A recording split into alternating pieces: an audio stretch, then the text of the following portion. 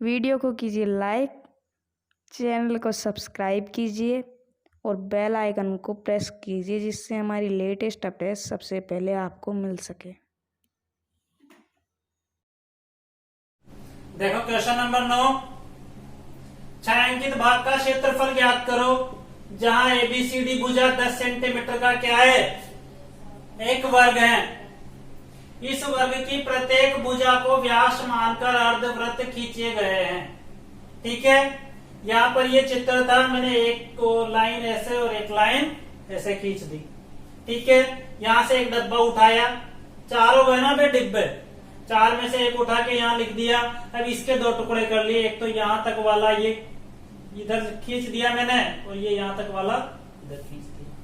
ठीक है, यहां से यहां तक में तो त्रिज्या का मान कितना रहेगा, 5, क्योंकि हमने इसको आधा कर दिया। ध्यान दो, ये मैंने जो चित्र बनाया है ये पूरा एक त्रिज्यखंड है। त्रिज्यखंड में भी ये क्या है, एक वृत्तखंड है। अब इसमें एक तो वृत्तखंड ये है, एक ही। इस एक आकृति में या एक हिस्से में कितने वृत्तखंड आ गए, 2। ऐसे कितने हिस्से हैं, 4 हिस्से हैं, तो टोटल वृत्तखंड कितने हो गए, 8।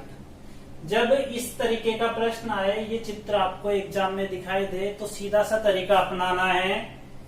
छायांकित भाग का क्षेत्रफल जब भी ज्ञात करेंगे तो एक वृत्तखंड के क्षेत्रफल को 8 से मल्टीप्लाई कर देना, आसानी से आंसर आ जाएंगे। यहां पर फॉर्मूला लगाएंगे, वृत्तखंड के क्षेत्रफल का पाई r स्क्वायर थीटा बटा 360 माइनस r स्क्वायर बटा 2 इंटू साइन थीटा। पाई का मान 22 बटा 7। r का मान हमने दो टुकड़े कर दिए, 10 सेंटीमीटर का वर्ग था तो 5 लिख देंगे, क्योंकि यहां से यहां तक में त्रिज्या कितनी है, 5 ही है, इसलिए 5 माना है। यहां पर भी r का मान 5 इंटू 5 बटा 2। यहां पर हम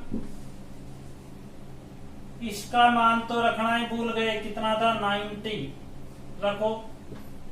छोटी छोटी गलतियां करने से भी आंसर नहीं मिलते हैं फिर बाद में, इसलिए हमें बिल्कुल सावधानी पूर्वक क्वेश्चन करने पड़ते हैं। साइन 90। ठीक है, जो ये क्षेत्रफल निकल कर आएगा उसको 8 से गुणा करना है। 8, यहां पर देखो 90 से 360 काट दिए 4 बार, 4 से 2 बार और ये 2 बार, क्या बच रहा है,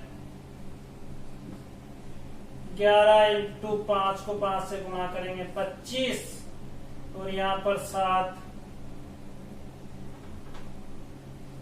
25 बटा 2। इधर 25 बटा 2 गुणा साइन 90 का मान 1 होता है और 1 को लिखने से कोई फायदा नहीं। 8। अब यहाँ पर आप ध्यान दो, 25 बटा 2 यहाँ पर भी है, 25 बटा 2 यहाँ पर भी है। मैंने कॉमन ले लिया बाहर लाकर 25 बटा 2। ठीक है, यहाँ पर क्या बच रहा है, 11 बटा 7 माइनस इधर क्या बच रहा है, 1 बटा 1। ठीक है, यहाँ पर तो चाहे इसको हम काट भी सकते हैं, काटेंगे तो कितने आ गए, 4। 25 को 4 से गुणा करेंगे, 25 चौक 100। आगे का तो ये हो गया। इधर एलसीएम ले लिए 7 एलसीएम लेंगे तो कितने हो गए, यहाँ पर 11 माइनस 7। ठीक है, आगे यहाँ पर कर रहा हूं मैं 100 गुणा 11 में से 7 घटाओ, 4 बचे, 4 बटा 7। 4 को 100 से गुणा करेंगे तो 400, 400 में भाग देंगे 7 का। अब विभाजित करो, 7 पंजे 35, 5 बचे 50, 7 7 49, 1 बच गया, 1 3 30 में 7 चौक 28, 57.14। ये आया छायांकित भाग का क्षेत्रफल, इसलिए लिख देंगे वर्ग सेंटीमीटर। देखो क्वेश्चन नंबर 10, आकृति में अर्धवृत्त की त्रिज्या, ये आकृति है, ये पी क्यू है। यहाँ पर समझने के लिए हमने ये ए और बी भी रख दिया, ये ए और ये। ठीक है, हमसे कहा है अर्धवृत्त की त्रिज्या, ये पी बी क्यू एक अर्धवृत्त है, अर्धवृत्त की त्रिज्या दे रखी 7 सेंटीमीटर। अर्धवृत्त में बने वृत्त का क्षेत्रफल, ये अर्धवृत्त में क्षेत्र, ये वृत्त बना हुआ है, हमें इसका क्षेत्रफल ज्ञात करना है।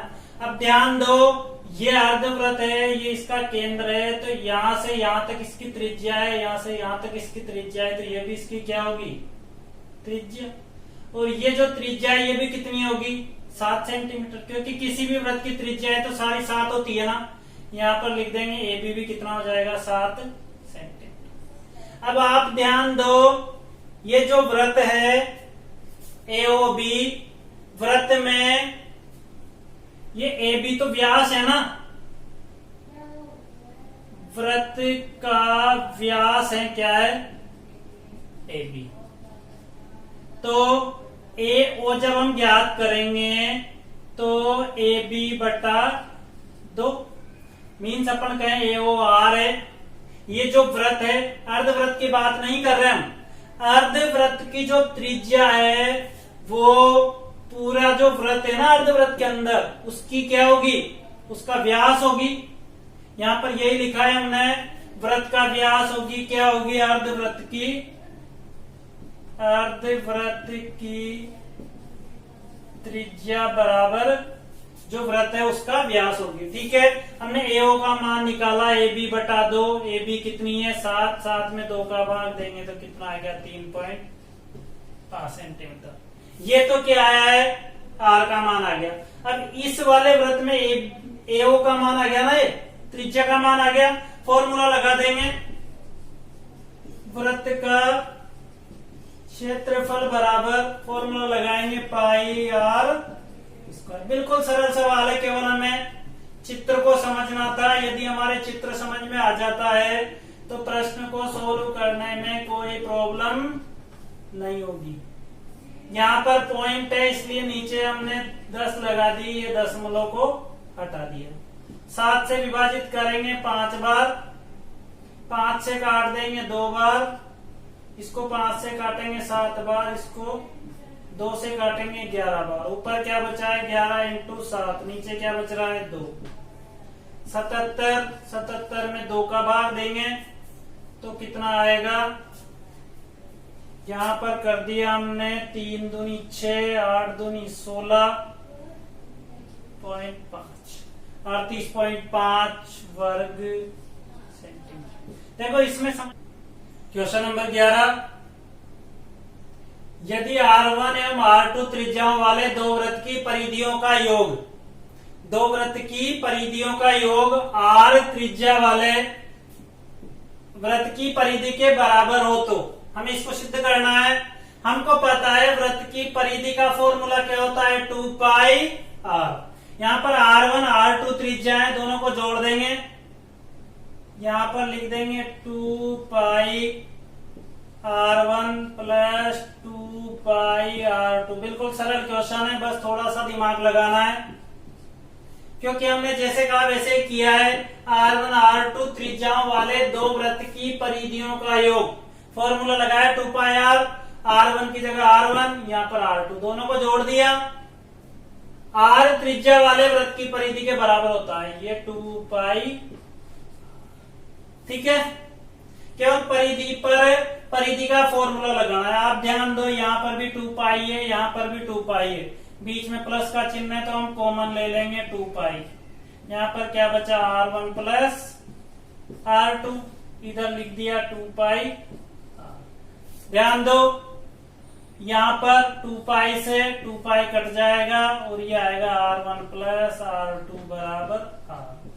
ये हमारे आंसर हो जाएंगे। देखो क्वेश्चन नंबर 12, 14 सेंटीमीटर भुजा वाले वर्ग में बने अंतःवृत्त की परिधि ज्ञात करो।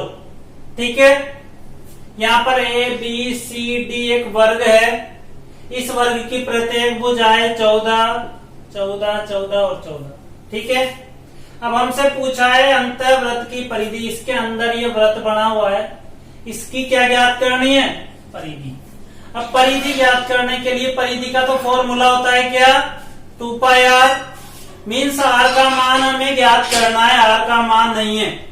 अब देखो ये वर्ग है, वर्ग की भुजा यहां से यहां तक होती है, ठीक है, परंतु इसकी आधी होती है ये, यहां से यहां तक आधी की है मैंने, आधी करेंगे तो ये क्या हो जाएगी, त्रिज्या। मतलब अपन ये कह सकते हैं कि वर्ग की भुजा में यदि हम 2 का भाग दे दें तो क्या आ जाएगी, त्रिज्या। तो 7 बट्टा यहाँ 14 है ना भुजा, 14 में यदि 2 का भाग देंगे तो r का मान आ जाएगा, भाग 2 कितने आ गए, 7, r बराबर कितने आ गए, 7। अब हमें फॉर्मूला लगाना है वृत्त की परिधि का। वृत्त की परिधि बराबर क्या होता है, 2 पाई r, 2 इंटू पाई की जगह 22/7, r की जगह 7 से 7 कट गया और 22 दूनी 44। अब यहाँ पर ध्यान देना परिधि का मान है इसलिए वर्ग नहीं लगाएंगे, केवल सेंटीमीटर आंसर हो जाएगा। मैं पिछली वीडियो में बता चुका हूं, जो इस साल 10th में नए बच्चे आए हैं वो 30 जून को जो पेपर हुआ है उसकी जेरोक्स करवा ले। नेक्स्ट वीडियो हम चैप्टर नंबर 16 स्टार्ट करने से पहले पेपर को सोल्व करवाएंगे। जिन स्टूडेंटों ने अभी तक हमारा चैनल सब्सक्राइब नहीं किया है वो चैनल को सब्सक्राइब करें।